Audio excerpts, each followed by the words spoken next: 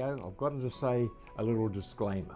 I'm not a lawyer, financial planner, or estate specialist. Now, the information in this video is based on my own research and personal understanding.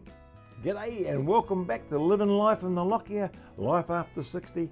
Now, we've all heard how important it is to have a will, right? But here's the thing that most people don't realize. Having a will is not enough.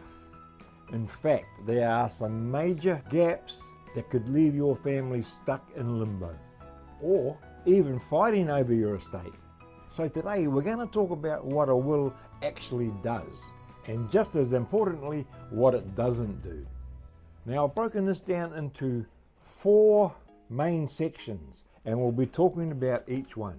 And watch through to the end. I have a legacy planning checklist that you can download for free. So let's start with the basics. A valid will lets you decide who gets your assets when you pass away. It allows you to name guardians for any younger children, minors.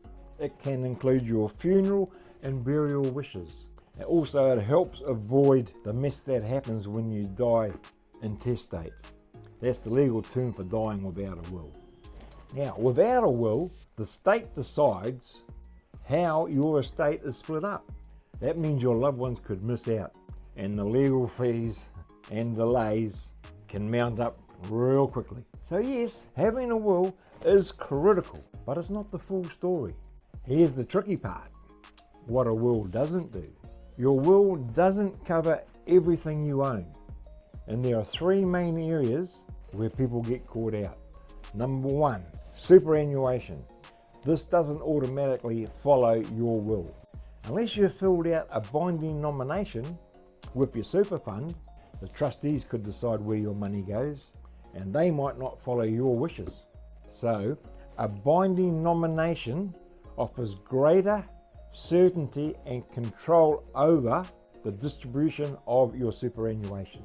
It does require a regular review and in some cases renewal, and I'll be talking more in depth about that in the next video.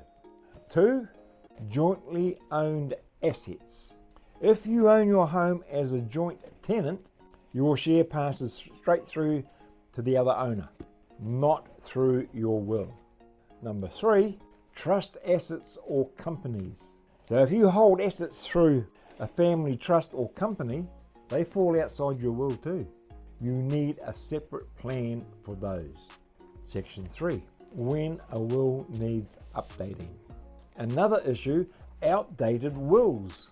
If you made your will 10 or 20 years ago, chances are it no longer reflects your life now. So you should update your will if you get married, divorced or repartnered, have new grandchildren or children, you sell your house or start a business, and of course if a beneficiary passes away before you do. Think of your will like car insurance. You hope you don't need it soon, but you sure want it to be up to date when you do. So the next steps are: check that you have a will. Make sure it's valid, signed, witnessed, and legally sound. Review it every 3 to 5 years or after major life changes. And make sure it fits into a bigger plan, because in the next video we're going to be talking about your superannuation and why so many people get that wrong. Now, if you found this video helpful, give me a like, and don't forget to subscribe for more easy to follow advice on retirement and estate planning. And if you'd like a free legacy checklist plan to help you get organised, there's a link in the description below.